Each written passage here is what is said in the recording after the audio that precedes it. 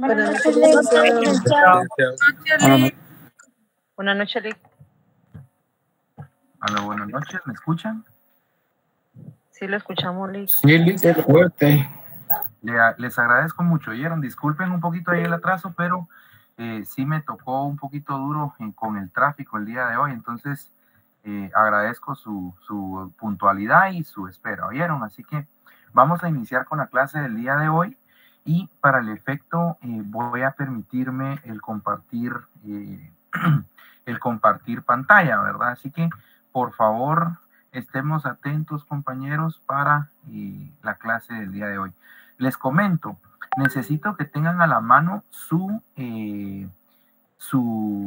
ley de la DIACO, por favor, la ley de atención al consumidor y usuario. Vamos a ver la ley de protección al consumidor y usuario, por favor. En lo que ustedes alistan ahí la ley, ya sea en forma electrónica o quienes la tengan pues ya en físico, enhorabuena, ¿verdad? Solo estoy gestionando el tema para grabar la clase.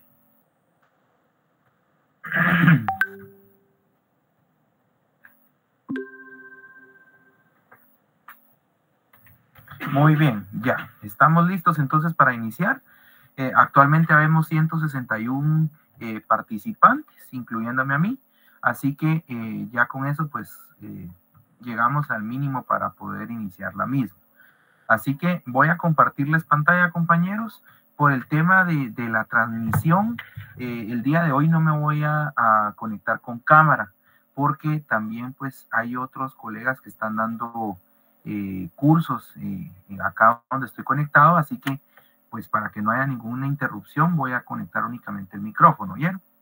Entonces, habiendo hecho esa aclaración, voy a compartirles pantalla y les voy a proyectar lo siguiente. No sé si ya se ve, compañeros. Sí, Lic. Sí, Sí, licenciado. Miren, solo quiero hacer la siguiente acotación. En este caso, no voy a entrar a abordar los temas que pues fueron examinados o fueron evaluados en el examen de primer parcial, sino hasta que estemos de manera presencial, ¿sí? Porque sí me interesa hacer énfasis en algunos temas en específico. Por ende, el día de hoy vamos a iniciar con el desarrollo de lo que es la ley de protección al consumidor y usuario, ¿sí? Y teniendo también en cuenta, compañeros, de que esta ley ya la dejamos nosotros a través de un trabajo. Si ustedes se dan cuenta, acá tengo yo la hoja de trabajo de la ley de protección al consumidor y usuario. Y para el efecto, yo también me di a la tarea de resolver esta ley, ¿sí? Entonces vamos a iniciar con el estudio de la misma, ¿sí? Primero que nada, la ley, ustedes saben de que pues les pedí hacer una ficha técnica, ¿verdad? De la ley de protección al consumidor y usuario, y específicamente nosotros podemos encontrar que el nombre de la ley es Ley de Protección al Consumidor y Usuario, Decreto 006-2003, ¿sí? Específicamente, este es un decreto y al ser un decreto, pues el órgano que lo emitió, el órgano que lo creó, fue el Congreso de la República de Guatemala. La descripción como tal de esta ley se basa en cuanto a la fecha de su emisión, que fue específicamente el 18 de febrero del 2003 y cuya fecha de promulgación consta el 10 de marzo del 2003, ¿sí? Unos días posteriormente, casi que 20 días aprox, un poquito menos, es de que se promulgó esta ley, entrando en vigencia a alrededor de 15 días o 16 días después, siendo esta el 26 de marzo del 2003, ¿verdad? ¿Dónde se publicó? Específicamente se publicó en el Diario Oficial, que es el diario de Centroamérica, como todos sabemos. Específicamente, pues esta ley consta o su esencia, compañeros, va a estar orientada a la materia administrativa y en el ámbito de la economía. ¿Estamos? Entonces, el estado actual de esta ley es una ley vigente. En ese sentido, compañeros, pues ya tenemos lo que es la ficha técnica. Ustedes al momento de estudiar una ley en particular o una ley especial, siempre tienen que acostumbrarse al menos a tener mapeado o al tener determinado estos aspectos, estos datos, ¿verdad? ¿Cómo se llama la ley? El nombre correcto es el nombre completo junto con el decreto que le dio origen a esta ley. Adicionalmente, saber quién fue el que la emitió. En este caso fue el Congreso de la República. Asimismo, cuándo fue la fecha de su promulgación, cuándo fue la fecha de su entrada en vigencia, que sabemos que no siempre pues es la misma fecha, ¿verdad? También en dónde es que se publica la ley correspondiente y más o menos cuál es la naturaleza o en qué materia es que versa o trata esa legislación. Como les decía, teniendo en cuenta esta ficha técnica, específicamente nosotros entramos a ver lo que es el fundamento constitucional de la Ley de Protección al Consumidor y Usuario.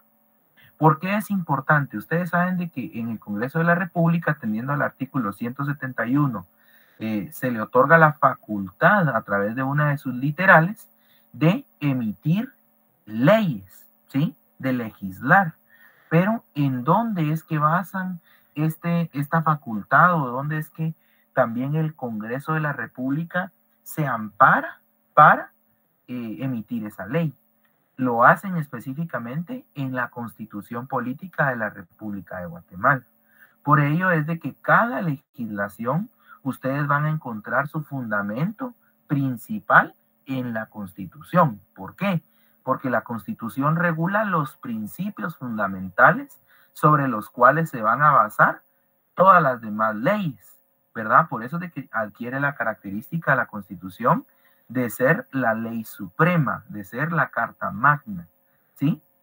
En ese sentido, el fundamento constitucional de la Ley de Protección al Consumidor y Usuario es propiamente el artículo 119, inciso o literal I, ¿sí?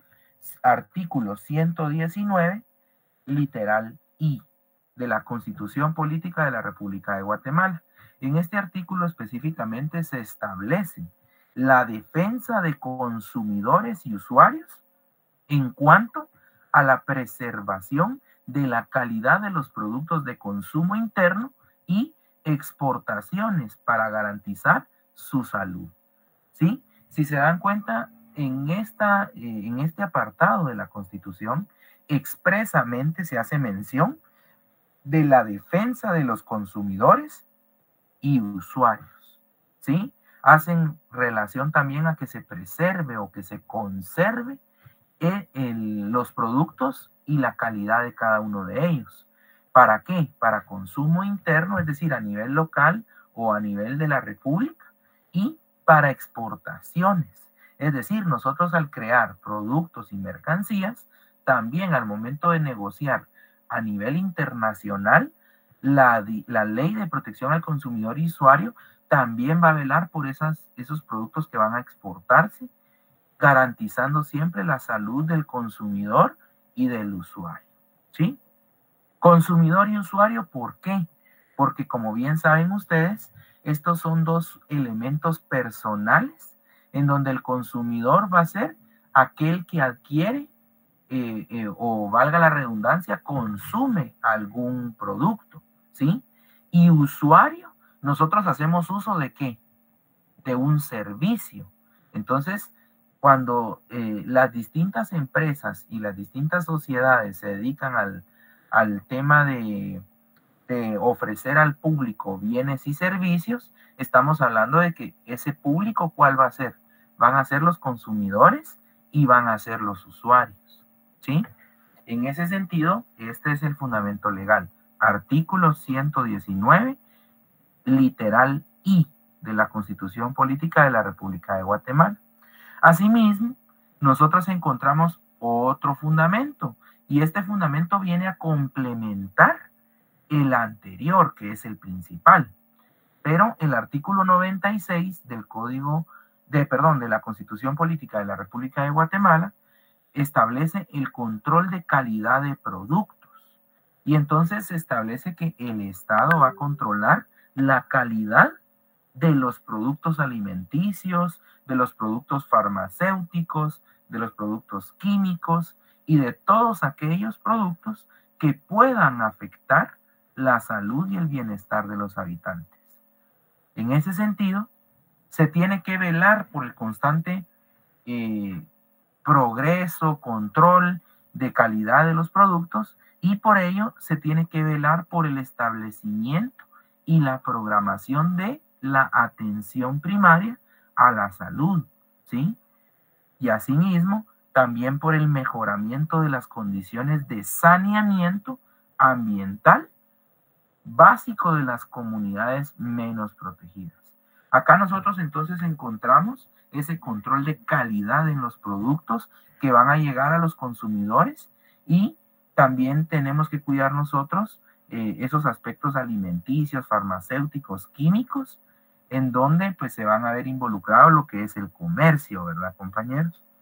En ese sentido, acá encontramos nosotros entonces el fundamento constitucional de la Ley de Protección al Consumidor y Usuario.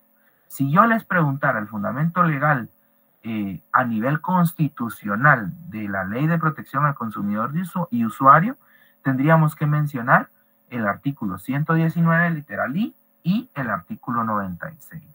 Principalmente el 119, literal I, ¿sí? ¿Vamos hasta acá, compañeros? Sí, licenciado. Gracias. Sí, licenciado. Muy bien. Cualquier duda, por favor, me van interrumpiendo, por favor, ¿sí? Ahora bien, número 3, yo les preguntaba en la hoja de trabajo, ¿cuál es el objeto de la Ley de Protección al Consumidor y Usuario? ¿Sí? ¿Cuál es el objeto de la Ley de Protección al Consumidor y Usuario? En este caso, nosotros en toda legislación vamos a encontrar, además del fundamento, vamos a encontrar el objeto principal de la ley, ¿sí? ¿Qué es lo que nosotros buscamos con la ley? Y en ese sentido, encontramos que el objeto de la Ley de Protección al Consumidor y Usuario es la estructura, organización y funcionamiento, ¿sí? De protección, organización y funcionamiento, ¿sí? De los consumidores y usuarios. Acá, compañeros, en este caso nosotros vamos a manejar siempre, ¿sí? Escúchese bien, vamos a manejar siempre el tema de estas tres palabritas. Miren, cuando a nosotros nos pregunten el objeto de una ley como tal, máxime en administrativo, ¿sí? Vamos a manejar siempre que la ley hace referencia a la estructura, organización y funcionamiento de, y entonces ya le agregamos las características propias de la ley como tal, ¿sí? En ese sentido, ¿qué es lo que busca la Ley de Protección al Consumidor y Usuario? ¿Sí? El objeto de esta ley prácticamente va a ser proteger, ¿sí? Los derechos y los intereses de los consumidores y usuarios, ¿sí? Promoviendo, en ese sentido, acá si quieren le podríamos nosotros agregar, solo lo voy a hacer de forma práctica, ¿verdad? Para que nosotros vayamos agregando, pero ya teniendo estas tres palabritas de estructura, organización y funcionamiento, ¿verdad? Sobre la protección de los derechos e intereses del consumidor y el usuario. Por darles un ejemplo, ¿sí? Nosotros pudiéramos agregar más. Bueno, ¿qué más se busca? Se busca darle seguridad, ¿sí?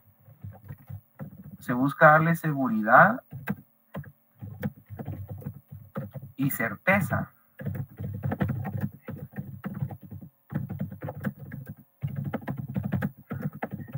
Se busca darle seguridad y certeza al consumidor y usuario.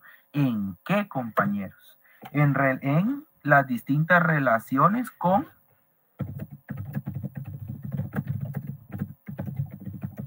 con los proveedores de bienes y servicios. ¿Quiénes van a ser esos proveedores de los bienes y servicios, compañeros? Van a ser las mismas sociedades mercantiles que van a funcionar a través de una empresa mercantil, ¿sí? Específicamente la realización, entonces, de una sociedad mercantil se va a materializar a través de una empresa mercantil. Por eso es de que nosotros en el examen anterior veíamos las diferencias que existen entre una sociedad mercantil y una empresa mercantil. Si bien es cierto, están relacionadas, en este caso la empresa es la que va a proveer de bienes y servicios al público. ¿Cuál va a ser ese público? El consumidor y el usuario. Y para el efecto, entonces, las empresas mercantiles o las sociedades mercantiles, a través de sus empresas mercantiles, van a tener que respetar y van a tener que contemplar toda la regulación que existe en relación a la protección al consumidor y al usuario, ¿sí?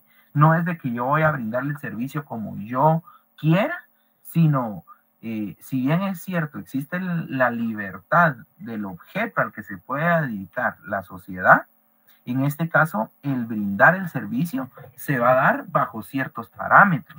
No es de que yo lo voy a poder hacer de manera antojadiza, ¿sí? En ese sentido es de que el objeto entonces va a consistir en esa estructura, en esa organización y funcionamiento, ¿sí? Relacionado con la protección de los derechos e intereses de los consumidores y usuarios, y a su vez se busca darle seguridad y certeza al consumidor y usuario en sus distintas relaciones con los proveedores de bienes y servicios. Ahora bien, viene lo siguiente. ¿Cuáles son entonces los elementos personales de la Ley de Protección al Consumidor y Usuario?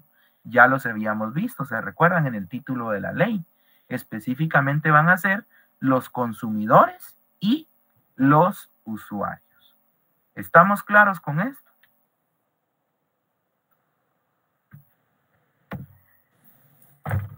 Sí. Muy bien, tenemos que ir todos en sintonía, compañeros, porque específicamente, como les decía, ustedes tienen que identificar cada uno de estos aspectos en cada una de las legislaciones. Por darles un ejemplo, si ustedes se van a la ley electoral y de partidos políticos, ustedes van a encontrar que ese es el nombre completo. Tienen que identificar cuál es el número de decreto. Además de eso, cuál es el objeto de la ley. A grandes rasgos, nosotros podríamos decir, sin ver la ley, que la ley electoral y de partidos políticos va a consistir, el objeto va a ser regular la estructura, organización y funcionamiento de el proceso electoral, por ejemplo, en donde se busca la protección y el ejercicio de los derechos cívicos de las personas, por ejemplo, y además de eso, dar seguridad y certeza en el proceso electoral, por ejemplo. ¿Me entienden? O sea, si se dan cuenta, la misma estructura de definición es la que a mí me sirve para atender al objeto de la ley electoral y de partidos políticos. Si hablamos de la ley de amparo, en este caso, pues vamos a referirnos al tema del amparo, al tema de la constitucionalidad de las leyes, al tema de la exhibición personal, etcétera, ¿sí? A las garantías constitucionales. Si hablamos del Código Penal, también vamos a tener todo lo relacionado a la estructura, organización y funcionamiento de la regulación de los tipos penales, por ejemplo, de la protección de los bienes jurídicos tutelados, ¿sí? Y entonces así nos vamos nosotros. En este caso, vamos específicamente al objeto de esta ley. ¿Cuáles son los elementos personales entonces? Consumidor y usuario, ¿sí?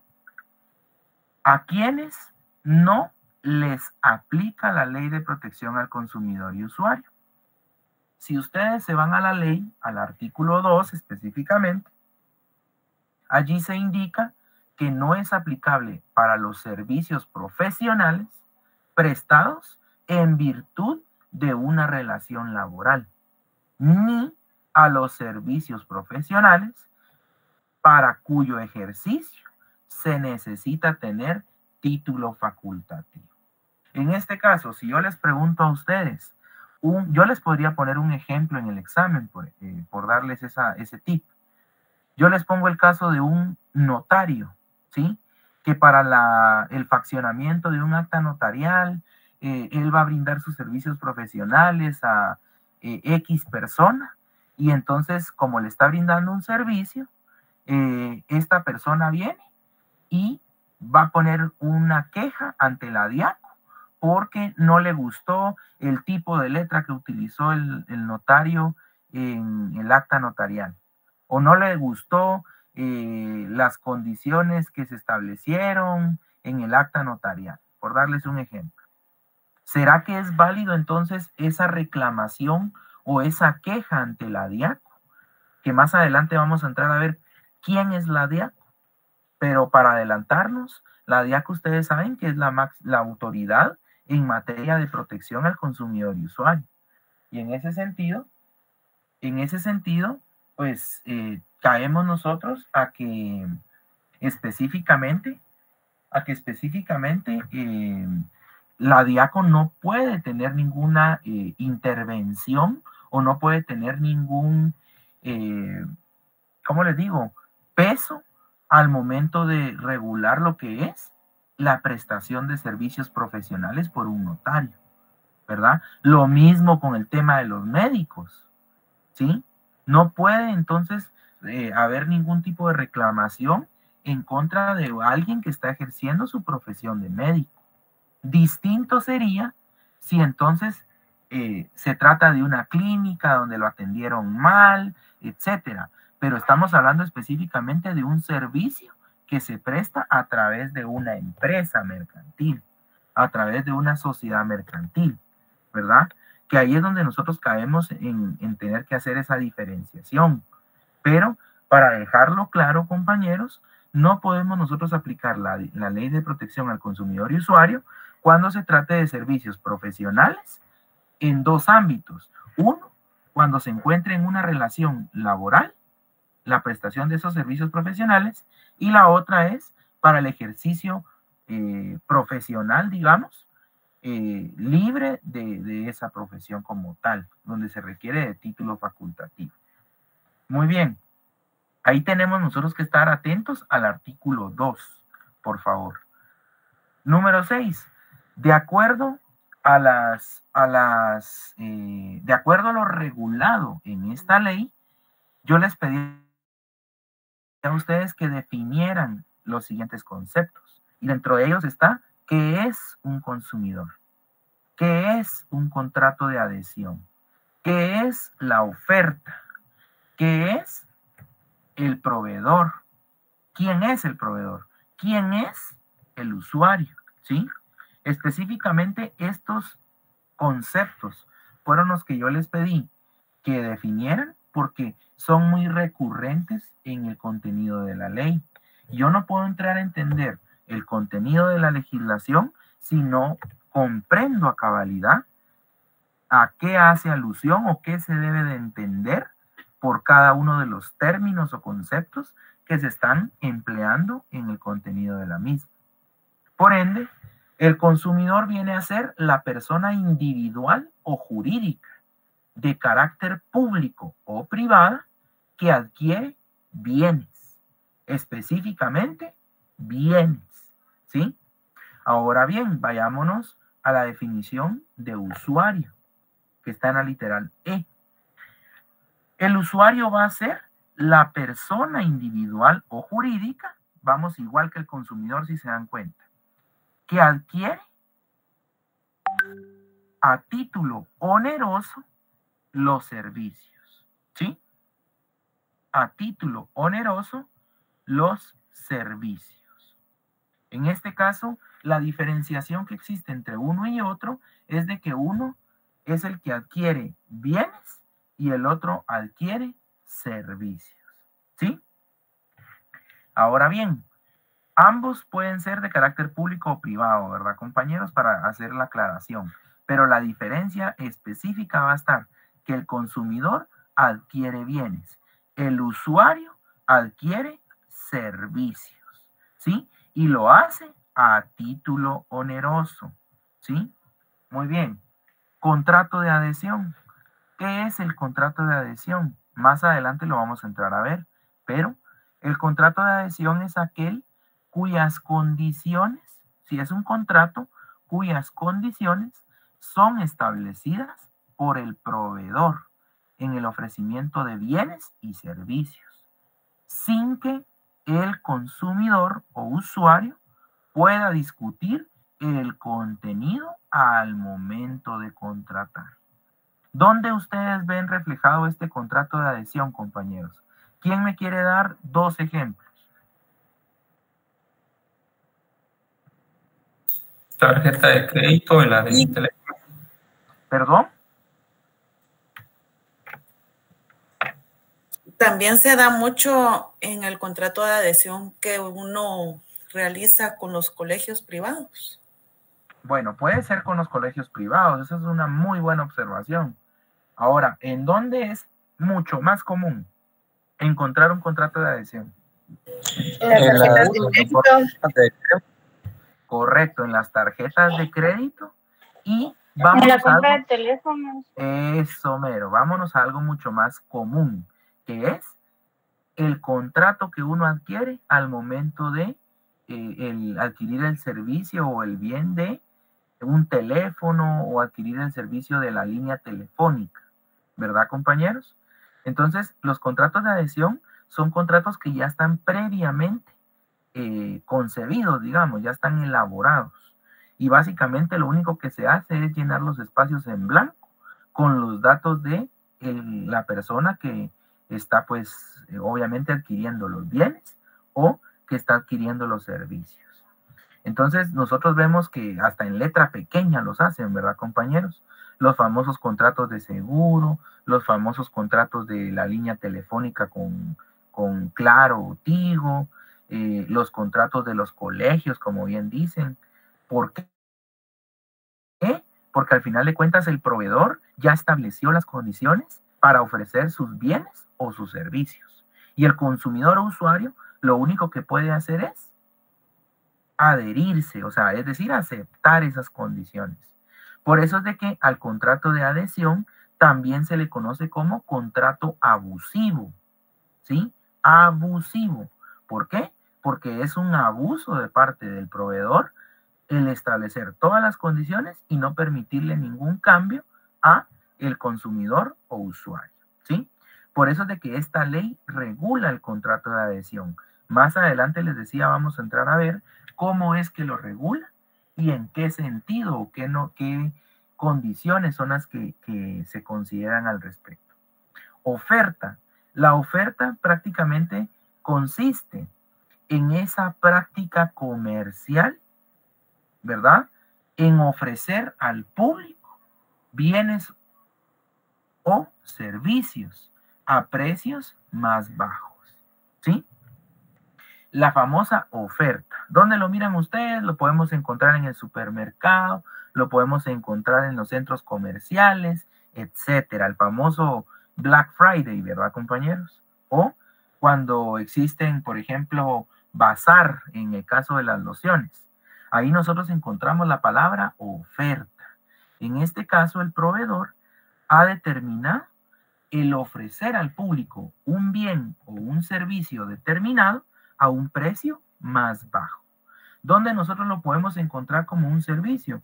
Puede ser en el caso de los paquetes de viajes, por ejemplo, o en el caso de las entradas a algún concierto, algún estadio, algún evento artístico, etcétera, o en los famosos viajes de crucero, por ejemplo.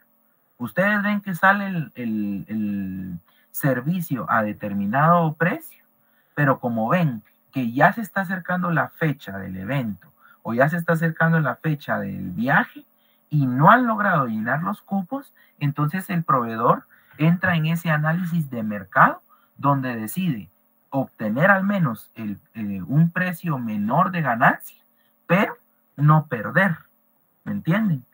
Entonces es donde ponen en oferta el servicio. O en el caso de los bienes, esto se da mucho en los supermercados, las ofertas se dan al momento en que muchos de los productos ya están próximos a la fecha de caducidad. Entonces prefieren ofertarlos a manera de obtener o recuperar algo de lo que han invertido en ese producto.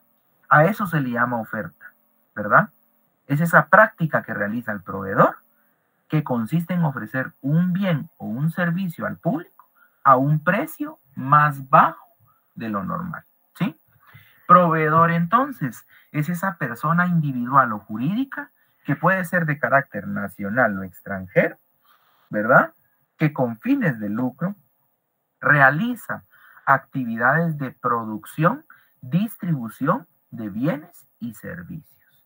El proveedor es aquel que crea el producto y es aquel que lo distribuye, ¿sí? Y al momento de distribuirlo estamos hablando que va a ser el que va a vender al consumidor o al usuario, ya sea el bien o el servicio, ¿sí? En este caso, los proveedores serían las agencias de viajes, serían las líneas de supermercado, serían los dueños de las marcas de los diversos productos que se venden, etcétera, ¿verdad? Ya teniendo entonces claridad de qué es cada uno de estos conceptos, podemos entrar nosotros a determinar cuál es la diferencia entre el consumidor y usuario.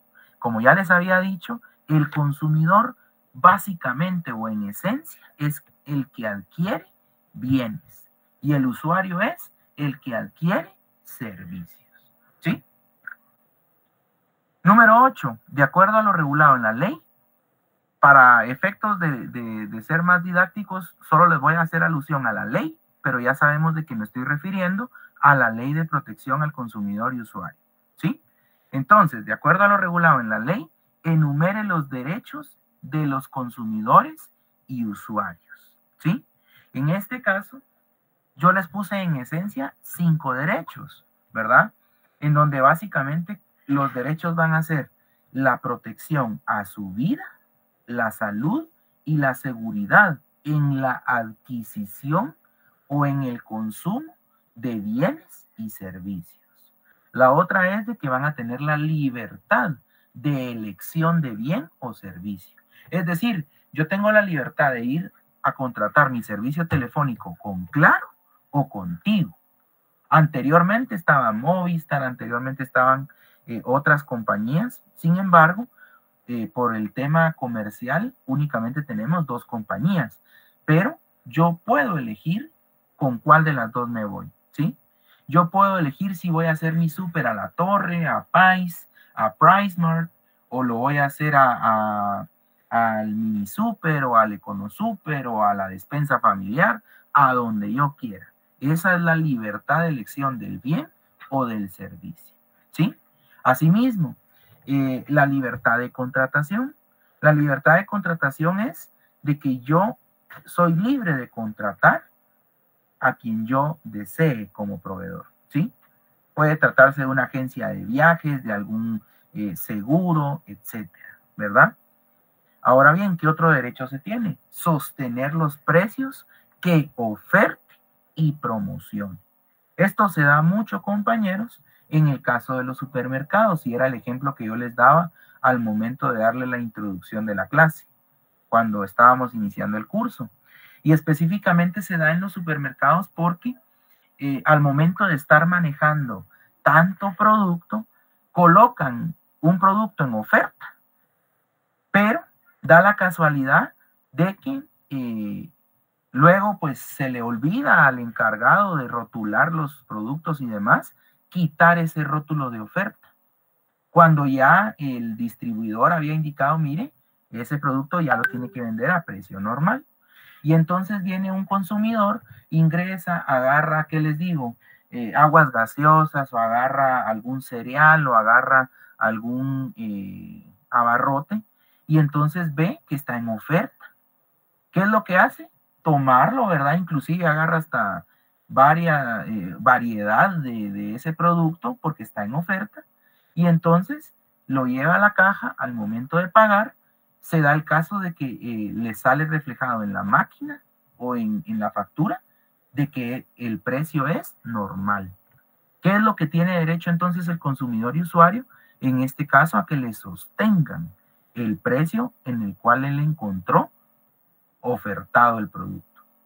Y si se dan cuenta, no ponen mayor problema o no ponen mayor pero al momento de vender el producto en el precio que ustedes lo encontraron en promoción o en oferta. ¿Por qué? Porque es un derecho establecido en la Ley de Protección al Consumidor y Usuario. Si no, ellos estarían irrumpiendo, estarían tergiversando la legislación, lo cual les conllevaría a alguna sanción. Luego de eso, pues también tenemos como un derecho el utilizar el libro de quejas, ¿verdad? O cualquier medio legalmente autorizado para dejar registro de su inconformidad, ¿verdad? En ese caso, pues, acá les puse yo cuánto es el valor del libro, cuánto es el valor de la reposición como tal, como un dato curioso, ¿verdad, compañeros?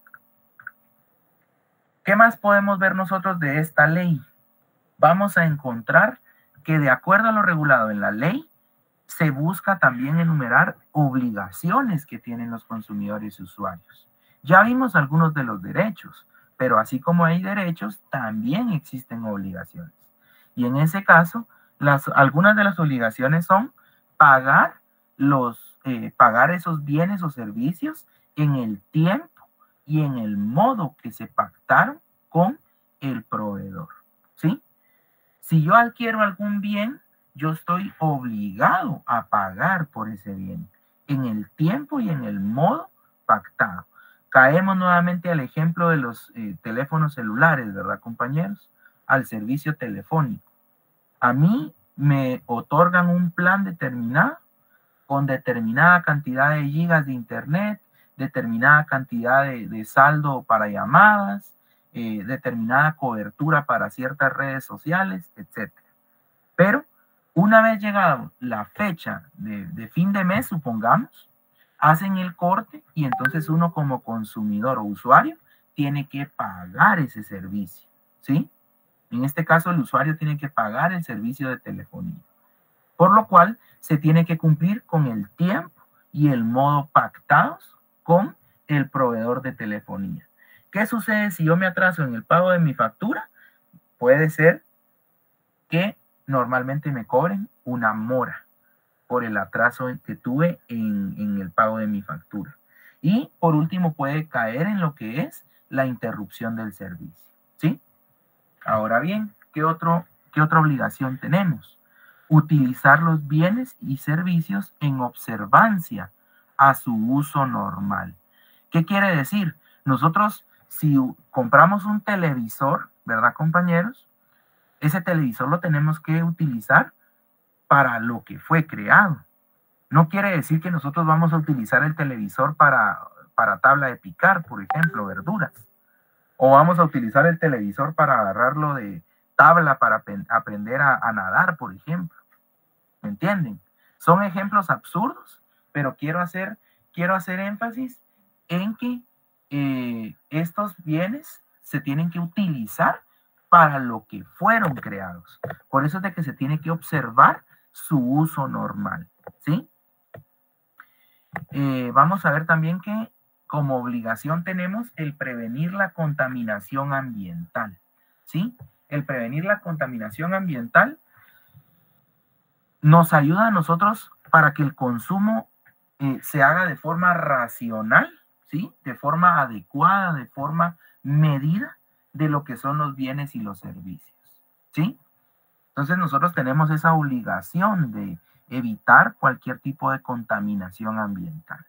Recordemos que todo en exceso es malo, compañeros, ¿sí? Y ya por último, vamos a entrar a ver lo que es, compañeros, este tema de lo que son los derechos y obligaciones de los proveedores. Para el efecto, nosotros tenemos como derechos de los proveedores el percibir las ganancias o utilidades que por sus actividades económicas, ¿verdad?, están apegadas a la ley. ¿Qué quiere decir? Yo como proveedor hice la producción y distribución de un determinado bien o servicio. Por ende, yo tengo el derecho, ¿verdad?, de acuerdo a esta ley, a percibir ganancias o utilidades por la actividad económica a la cual me estoy dedicando, ¿verdad? Si es una agencia de viajes, yo te ofrecí a ti, usuario, un paquete de viajes para irte a Europa, entonces ya yo tengo el derecho a que me paguen por ese servicio y obviamente a obtener las ganancias que yo contemplé, ¿sí? También a exigir al consumidor o usuario el cumplimiento de los contratos válidamente celebrados.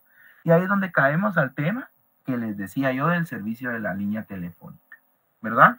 O al tema de un seguro, por ejemplo, o al tema de específicamente del pago de algún servicio de luz, al pago de algún servicio de telefonía o de agua, ¿verdad? Que son los más comunes.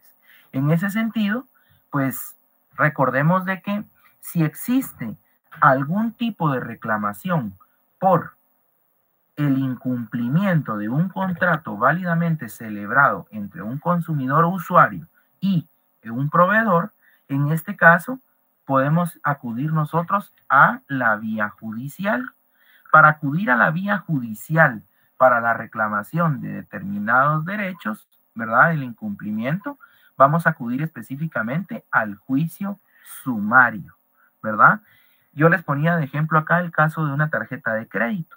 Yo utilicé la tarjeta, la llegué a su límite y llegó la fecha de corte y de pago y yo no cancelé lo que yo había consumido con esa tarjeta de crédito. Por lo tanto, el proveedor tiene todo el derecho de que luego de que se hayan cumplido todas las advertencias, los apercibimientos y demás, de hacer efectivo el cumplimiento de ese contrato.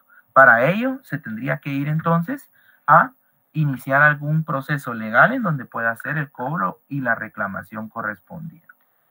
Ahora bien, ya para finalizar, compañeros, y vamos a continuar en la siguiente clase con el desarrollo de esta ley, es específicamente que, de acuerdo a la Ley de Protección al Consumidor y Usuario, las obligaciones de los proveedores van a ser, primero, respetar la vida, la salud y la seguridad del consumidor y usuario al proveerle de bienes y servicios, ¿sí? Por ende, si se dan cuenta, esto empata con el derecho, el primer derecho que tienen los consumidores y usuarios, que es la protección a la vida, salud y seguridad en la adquisición y consumo de bienes y servicios. Ahora bien, la obligación de los proveedores es respetar la vida, la salud, la seguridad del consumidor y usuario al proveerle de bienes o servicios. Otra obligación que tenemos es, o por parte de los proveedores es, utilizar el idioma español, que es el idioma oficial en Guatemala, en las especificaciones del contenido, manejo, uso del bien o servicio que se está ofertando al público, ¿verdad? Ahí es donde ustedes ven el montón de especificaciones en cada uno de los productos para el manejo, uso y cuál es el contenido como tal del producto. Es una obligación porque el consumidor de esa manera o el usuario se va a enterar o va a tener la posibilidad de verificar cuál es el contenido, cómo es que se utiliza el bien, ¿verdad? O cómo es que se tiene que hacer uso del servicio que está adquiriendo.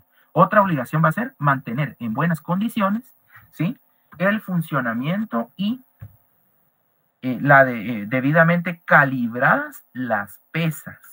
Estas pesas, compañeros, se refieren más que todo a aquellas que nosotros encontramos, por ejemplo, en una carnicería o encontramos al momento en que vamos a comprar algún tipo de verdura, algún tipo de fruta, en donde sabemos de que comúnmente acá en Guatemala se compran por libra, se compra por quintal, se compra por arroba o cualquier otra medida de peso que esté debidamente avalada. Y específicamente, pues, estas pesas tienen que estar debidamente calibradas. Por ello, cuando ustedes ven en algún supermercado, tienen todo el derecho de exigirle al proveedor de que pese con alguna báscula que esté debidamente calibrada los bienes que ustedes están comprando. En este caso, las frutas o las verduras, ¿verdad? ¿Sí? Asimismo, también tienen la obligación, escúchese bien, tienen la obligación de incorporar en listados el impuesto al valor agregado. Es decir, si ustedes se dan cuenta, los proveedores al momento de ofertar algún producto, normalmente en los supermercados podríamos hablar esto, o en los servicios de luz, teléfono, agua y demás, ya viene incluido el impuesto al valor agregado, ¿verdad? A diferencia de otros países. Yo les podría decir, por ejemplo, en Europa hay muchos países que uno va al supermercado, ve un costo en el producto, sin embargo, al momento de ir a pagarlo a la caja, le registra otro valor. Y eso es porque se le agrega los impuestos correspondientes a ese producto. Lo mismo es en el caso de Estados Unidos, ¿sí? Ahí no incluyen, el proveedor no tiene la obligación, a diferencia de Guatemala, de incluir el impuesto que corresponda a los productos que está ofertando, ¿verdad? En ese sentido, compañeros, nos vamos a quedar el día de hoy acá, ¿verdad? Para no aturdirlos con tanta información, pero sí les pido de que vayamos haciendo las correcciones correspondientes en sus respectivas hojas de trabajo, ¿verdad? Recordemos de que, pues yo tengo de forma física los trabajos, sin embargo, ustedes lo tienen en digital. Entonces sí les recomiendo ir haciendo estas observaciones a manera de, pues, corregir cualquier dato que nosotros hayamos consignado, pues, tal vez de forma inexacta, o si ustedes gustan, pues aquí también toman ideas, ¿verdad? De cómo irlo plasmando a manera de su posterior estudio, ¿verdad? Así que en esto nos vamos a quedar el día de hoy, compañeros. Yo les agradezco bastante a ustedes la atención brindada, ¿verdad? Y asimismo, pues también su puntualidad. Agradezco bastante, de verdad, el apoyo que me han brindado. Y en ese sentido, pues me estaría despidiendo acá. No sé si alguien tiene alguna duda, compañeros.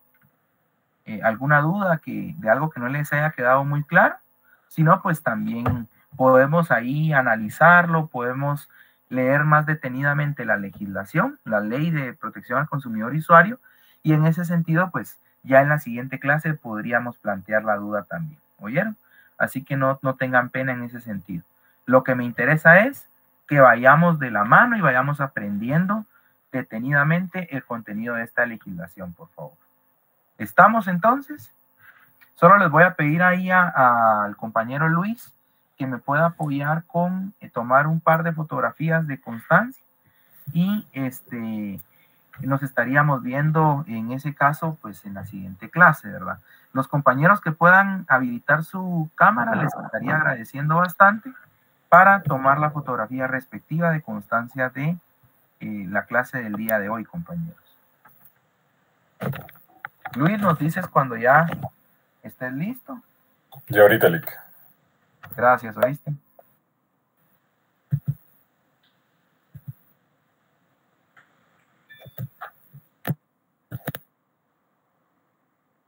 Un momento más, compañeros.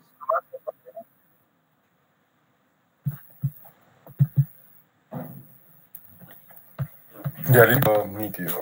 Muy bien, les agradezco muchísimo su participación, les agradezco mucho su puntualidad, como les decía, y la atención brindada. Así que descansen, compañeros, que tengan una feliz noche. Feliz noche. Feliz noche, Feliz noche, licenciado. Feliz noche. Feliz noche, Lick. Feliz noche, que descansen. Feliz noche, Lick. Feliz noche, que descansen. Feliz noche, licenciado. Feliz noche.